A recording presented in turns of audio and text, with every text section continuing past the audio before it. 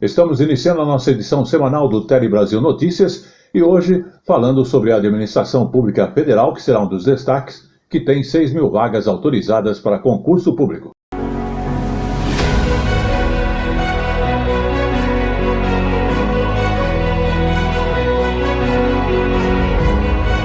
Na questão de salário, os trabalhadores com ensino médio técnico no mercado têm um maior salário. Também, na parte de saúde, a questão do câncer do colo de útero.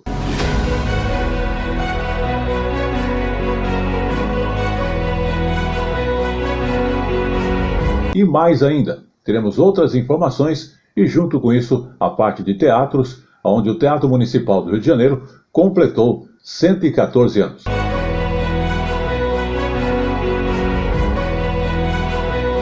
Lembrando que a edição do Tele Brasil Notícias, ela apresenta informações desta semana e também das semanas anteriores. E você pode acompanhar pelo Facebook Jornal Tele Brasil Notícias e também no YouTube, ou mesmo a Hora da Notícia no Facebook, com notícias impressas, fotos e outras informações para você. No ar, Tele Brasil Notícias.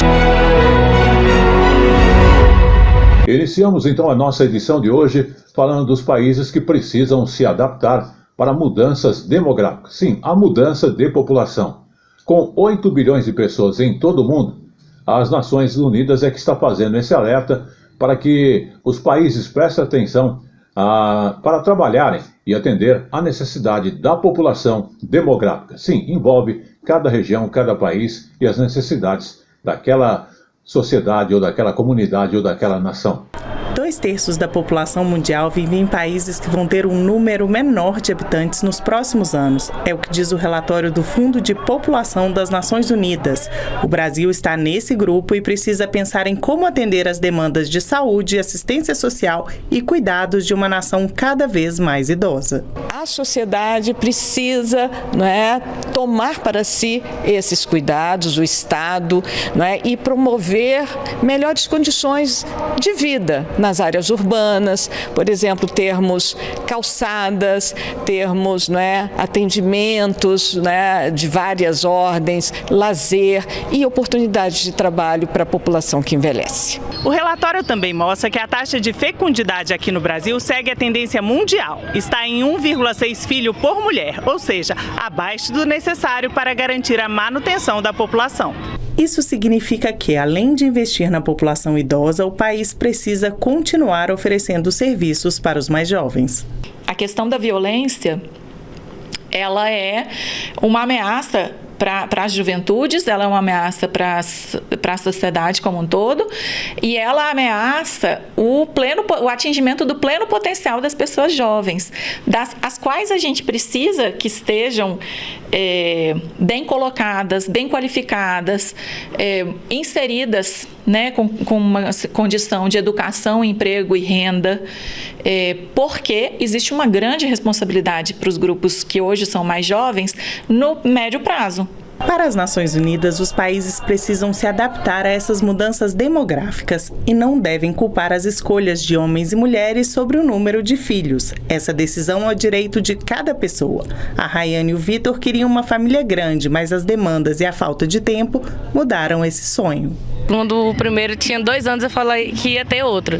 Aí foi passando o tempo, a gente foi querendo ter apartamento, procurando outras coisas e foi só adiando o sonho de ter outro. Aí, quando a gente conseguiu estabilizar um pouquinho, a gente decidiu ter outra, Aí teve. Aí na segunda eu não quis mais. O Carlos e a Ana têm uma filha, Manuela, de 2 anos. Eles ainda não decidiram se ela vai ter irmãos. É muito difícil você ter mais de um, mas eu também penso na saúde da criança que é bom você ter mais de um filho para poder brincar, interagir um com o outro, crescer junto também. Eu tenho irmã, adoro ter irmã, então é mais por isso. Vamos agora então falar da administração pública federal que está oferecendo 6.000 vagas que são autorizadas para concurso. Isso visa preencher e suprir as carências dos servidores públicos nos 3 poderes. Um exemplo está no Poder Executivo, que perdeu 100 mil concursados nos últimos anos. Vamos observar. Angelina decidiu pedir demissão no emprego, mas está mais ocupada do que nunca. Agora o trabalho dela é estudar para concurso. Eu resolvi focar, né? Porque não dá para você fazer 300 coisas ao mesmo tempo, pelo menos no meu caso. Então eu direcionei só para concurso mesmo agora e uma vaga é minha, né? Angelina ficou motivada a estudar quando viu a quantidade de vagas que seriam abertas este ano. O governo federal já autorizou mais de 5.600 vagas efetivas para concursos da administração pública federal. Isso sem falar nas mais de 1.000 autorizações de contratação em certames que estão em andamento. E ainda tem as vagas que serão abertas em outros setores, como nos poderes legislativo e judiciário. Tanta oportunidade se justifica pela carência de servidores. Em 2016, havia 630 mil concursados trabalhando no Poder Executivo Federal, número que caiu para 550 mil. E quase 70 mil servidores já podem se aposentar. Além disso, novos órgãos foram criados. De 2016 para cá ainda houve uma ampliação, tanto dos institutos federais como das universidades, que foram criadas no final do período de 16 também, e que tiveram basicamente o provimento mínimo para poder começar a funcionar. Então a gente tem hoje, tem a Agência Nacional de Mineração, que foi criada em 2017 e que está com seu quadro completamente restrito, enfim. Nos últimos anos, os cursinhos migraram para a modalidade online por causa da pandemia. Mas agora, com a autorização de novos concursos, a expectativa é que salas como esta fiquem lotadas de novo. Só com anúncio e com formação de comissões, como a gente já tem essa experiência em saber mais ou menos o prazo de lançamento do edital após uma autorização ou formação de comissão, essas ofertas já aumentaram. A gente gosta muito de ver um aluno nosso se esforçar e atingir um objetivo que foi planejado. Isso é bom para ele e é bom para o curso também. Saúde. Vamos agora falar de saúde e a questão do câncer de colo do útero, que é o terceiro mais comum entre os brasileiros. É um tipo de tumor maligno e também é a principal causa da morte de mulheres na América Latina e também no Caribe. Mas é importante entender que existe prevenção e diagnósticos precoces para esse câncer, que pode ser tratado e inclusive curado. O câncer no colo do útero foi responsável por mais de 6 mil mortes no Brasil em 2020. E a estimativa do Ministério da Saúde é que deste ano a 2025, 17 mil mulheres sejam diagnosticadas com um tumor causado pelo papilomavírus, o HPV. Esse vírus é facilmente transmitido na relação sexual, isso porque apenas o contato com a pele infectada já é o suficiente para a contaminação. Estima-se que em torno de 70% a 80% da população em geral já teve algum contato com o vírus. E existem inúmeros tipos de vírus, né? Mais de 50 tipos de cepas diferentes do vírus. E não são todos eles que vão causar o câncer, né? Tem alguns que causam só verruga e outros que nem vão se manifestar. De acordo com o Instituto Nacional de Câncer, é possível no futuro erradicar tumores malignos no colo do útero no Brasil. Para isso, é necessário que a população siga as diretrizes da Organização Mundial da Saúde. As mulheres entre 25 e 35 anos devem fazer os exames preventivos. As pacientes que forem diagnosticadas com alterações devem receber o tratamento correto. E as meninas e meninos entre 9 e 14 anos devem se vacinar contra o HPV. Para aumentar a imunização, o ideal é que a vacina seja tomada antes da primeira relação sexual. Desde 2014, o governo disponibiliza a vacina quadrivalente contra o HPV. Hoje, meninos e meninas entre 9 e 14 anos podem receber o imunizante no SUS. Além dos adolescentes, pessoas imunossuprimidas com até 45 anos também podem se vacinar na rede pública. Apesar da vacina estar disponível gratuitamente, muitos pais não levam seus filhos adolescentes para se vacinarem, por uma falsa crença de que vão estimular uma iniciação sexual precoce. A gente tem a vacina disponível, é uma vacina cara, é uma vacina que está aí e que não está sendo utilizada por N tabus, tá? Então, assim, aí são vários tabus do povo brasileiro achar que você está expondo a questão sexual para filha, para adolescente. Andréia é psicóloga, trabalha com adolescentes e tem uma filha de 15 anos.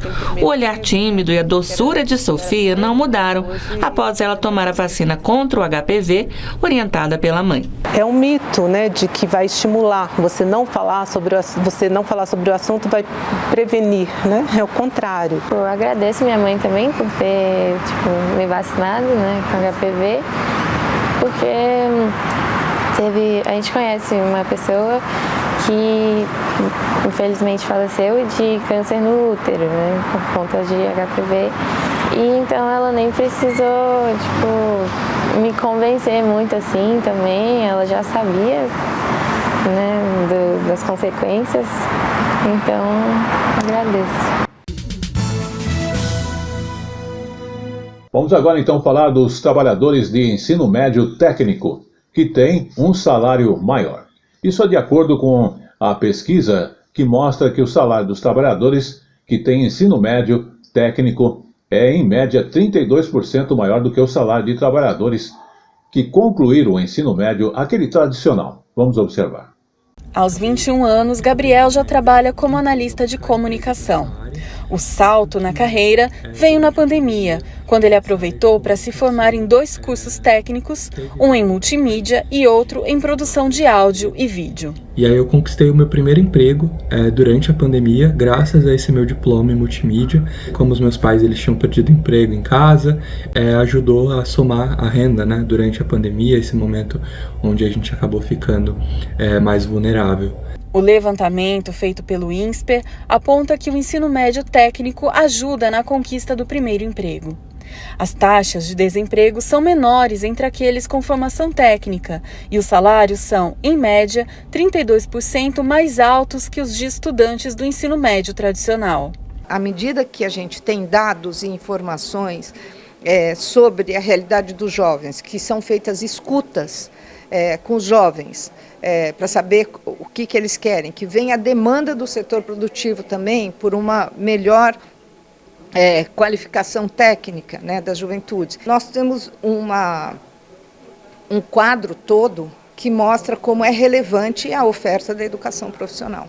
A ampliação dessa modalidade também pode trazer benefícios para a economia. Se o número de vagas do ensino técnico profissionalizante triplicasse, o PIB do Brasil poderia crescer 2,32%, um percentual semelhante ao que pode ser aprovado com a nova reforma tributária, que é de 2,39% no PIB. O estudo conclui que o curso técnico contribui para a redução da desigualdade social, pois 88% das vagas estão no ensino público. A gente sabe que em muitas situações você vai precisar de instalação de capacidade, você vai precisar de formação de professores, então não é algo trivial, mas mostra, né, o potencial, né, de crescimento que investimentos públicos nesse setor poderiam trazer.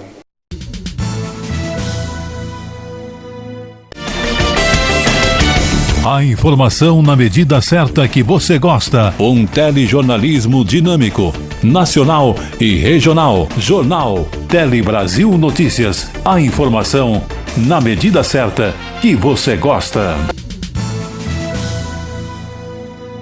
Vamos agora então falar de Deepfake, que é uma peça publicitária divulgada nos últimos dias e que trouxe atenção à questão do uso da Deepfake, que é na realidade uma técnica que permite a troca dos rostos de pessoas em vídeos, sincronizando os movimentos dos lábios e também das expressões faciais.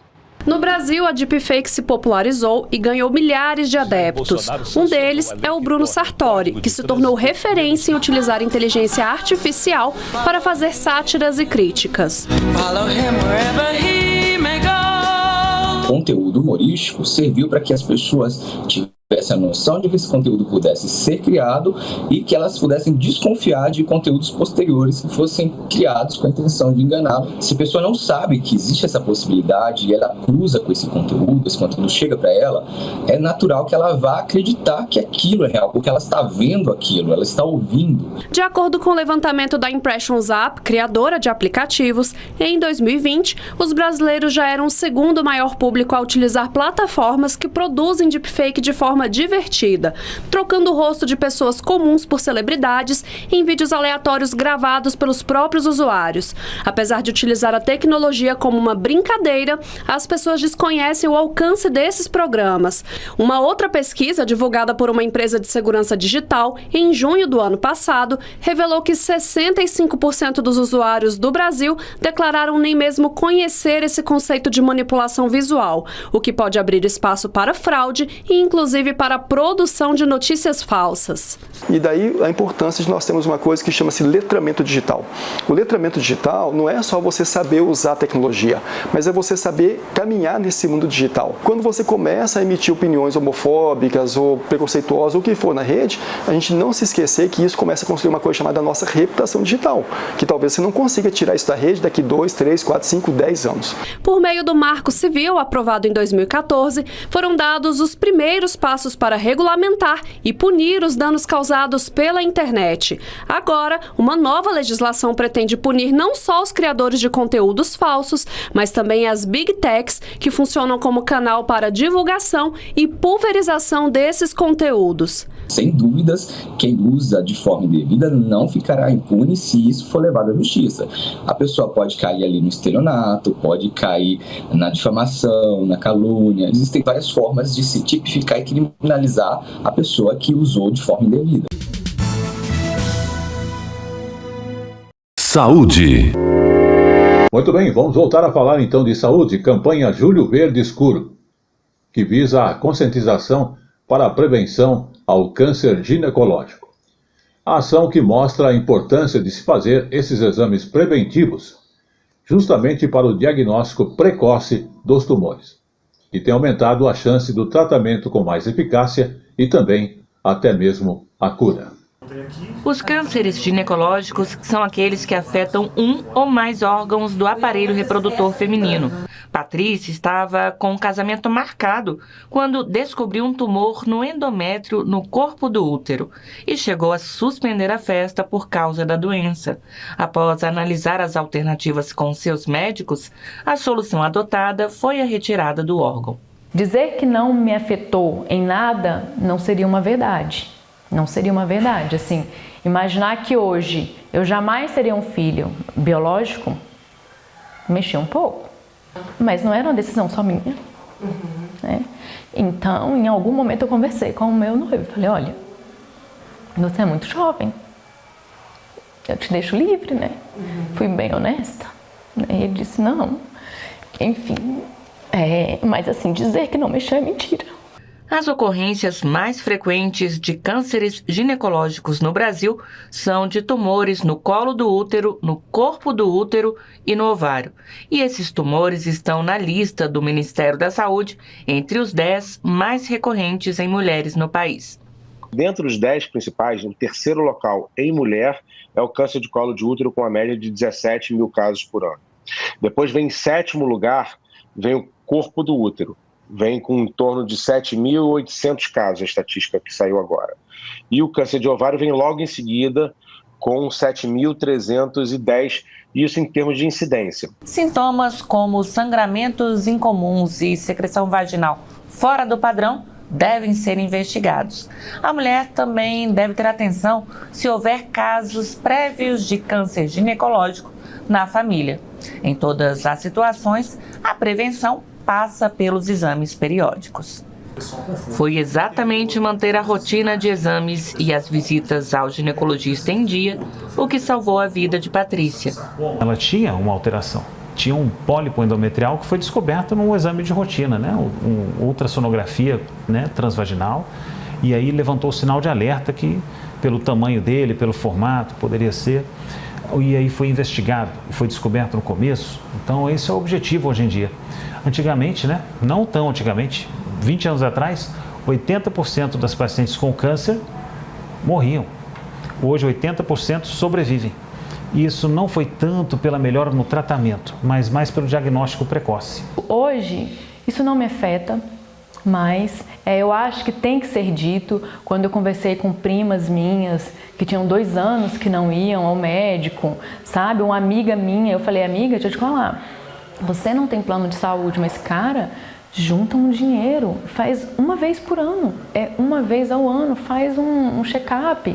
Porque eu vou te falar, o preço lá na frente é muito maior do que o preço de um exame, se você não cuida, entendeu? Vamos agora falar de produção de motocicletas. Inclusive, esta produção tem o melhor resultado para o primeiro semestre em 8 anos. De janeiro a junho de 2023 foram produzidas mais de 750 mil motocicletas no país. Vamos observar. Segundo o levantamento, foram fabricadas 764 mil motocicletas, um aumento de 13,9% na comparação com o primeiro semestre de 2022. E nas vendas, o setor contabilizou mais de 780 mil emplacamentos, volume 22% maior que o do ano passado. No mercado nacional, as motos de baixa cilindrada representam 4 em cada 5 veículos vendidos. Mas 2023 viu até agora um crescimento de quase 30% nas vendas de motos de média cilindrada. A Abraciclo também divulgou os resultados da fabricação de bicicletas. O setor viu diminuir a procura e precisou reduzir a produção após a pandemia. Com isso, foram fabricadas 260 mil bicicletas no semestre, uma queda de 22%. A associação considerou positivo o texto da reforma tributária aprovado na Câmara, pois manteve os incentivos fiscais para o polo industrial de Manaus, que concentra a maior parte das fábricas. O texto aprovado sobre a ótica dos fabricantes que estão instalados na Zona Franca de Manaus, ele foi muito positivo, porque ele garante no texto constitucional os benefícios até 2073 e, além disso, foi incluído um dispositivo que fala sobre a competitividade das indústrias da Zona Franca de Manaus. E chegou agora no Tele Brasil Notícias, o nosso momento jurídico. Falando hoje do que não tem legitimidade para individualmente exigir contas do administrador do condomínio. Terceira turma do Superior Tribunal de Justiça decide que condômino não tem legitimidade para individualmente ajuizar a ação de exigir contas contra administrador do condomínio. Em decisão unânime, o colegiado entendeu que o direito de examinar os livros e os documentos relativos ao condomínio não se confunde com o direito da coletividade dos condôminos de obter a prestação de contas da administração do condomínio. O processo teve início quando uma empresa de shopping center de Cuiabá propôs a ação de exigir contas contra a administradora, buscando esclarecimentos acerca da gestão condominial do shopping. O juízo de primeiro grau extinguiu o feito sem resolução de mérito, devido à ilegitimidade ativa da empresa para exigir sozinha a prestação de contas.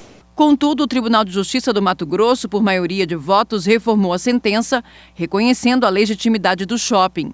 Além disso, o TJ considerou que a convenção de condomínio teria dado à empresa o direito de examinar a qualquer tempo os livros e os arquivos da administração e pedir esclarecimentos à administradora. A relatora do recurso no STJ, a ministra Nancy Andrighi, explicou que o síndico é obrigado a prestar contas anualmente de seus atos à Assembleia e não aos condôminos isoladamente. O condômino somente pode atuar sozinho para requerer a reunião da Assembleia e 1/4 dos condôminos podem convocar a Assembleia se o síndico não o fizer. Ao dar provimento ao recurso especial da administradora do shopping, a ministra observou que todo condômino tem direito de inspecionar os documentos relativos à administração do condomínio, o que não pode ser confundido com o direito de exigir contas, que não pode ser exercido individualmente. Levanta a mão! Diariamente, o Brasil e o mundo contra o crime. Polícia em ação. Confira. Este jornal tem o apoio de Paulo Silva Som. Áudio, vídeo, internet, redação e produção. Consulte-nos pelo 11 94564 4237. Qualidade e garantia de bons serviços.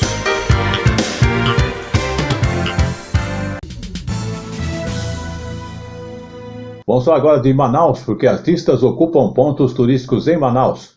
O projeto Pintura ao Vivo leva quadros, esculturas e também artesanatos para a próxima ao Teatro Amazonas, que é um dos mais importantes do mundo. Um dos teatros mais imponentes do mundo e o que a Amazônia tem de mais genuíno.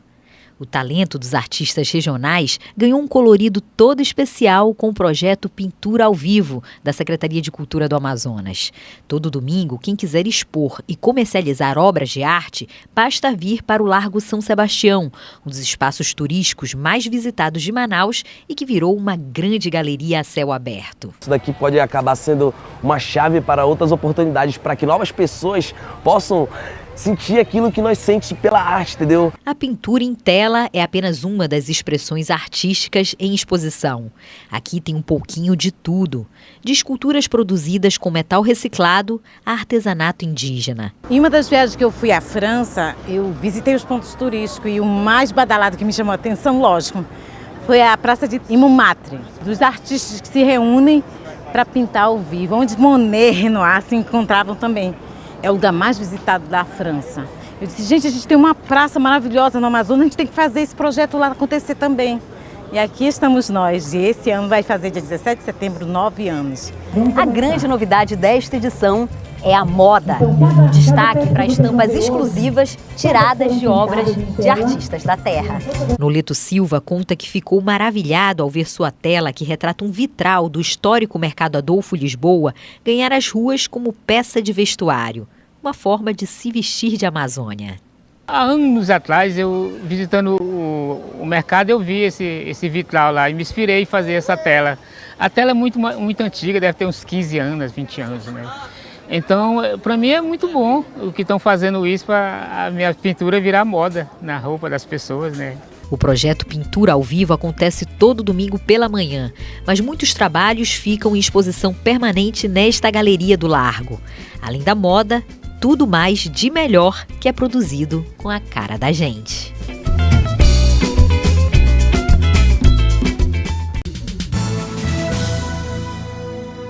Como eu falo sempre, tudo que é bom dura pouco e o Tele Brasil Notícias está chegando ao seu final, agradecendo a sua audiência.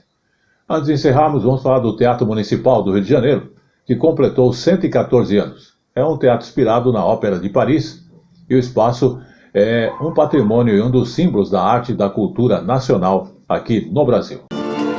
Logo de manhã, o público assistia à apresentação da Camerata Jovem, que levou clássicos da música popular brasileira ao Teatro Municipal do Rio.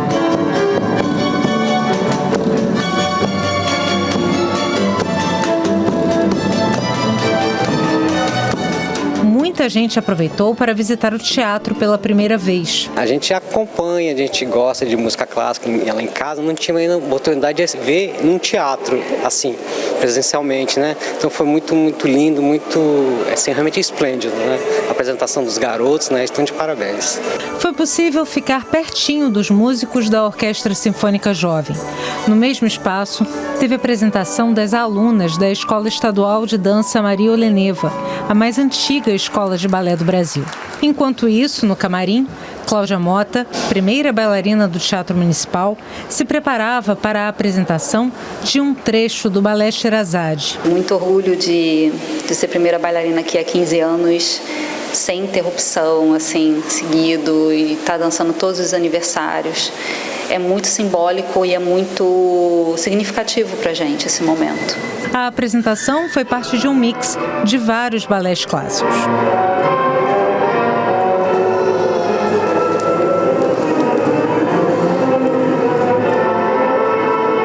O Teatro Municipal abriu as portas pela primeira vez em 14 de julho de 1909. O espaço imponente, inspirado na Ópera de Paris, é símbolo da arte no país e já recebeu grandes artistas brasileiros e estrangeiros. A gente quer que as pessoas entendam que o Teatro Municipal é não só um marco da cidade do Rio, mas também é um espaço que pertence a cada um de nós. É um equipamento público do Estado e que tem muito orgulho de receber a população. Eu sempre frequento o teatro, que oferece excelente programação, é sempre muito bom, e quem busca cultura, aqui é o ponto-chave, muito bom.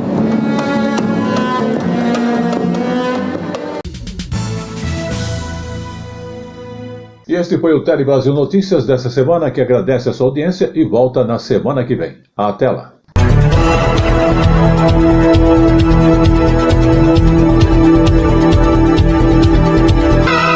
Tele Brasil Notícias.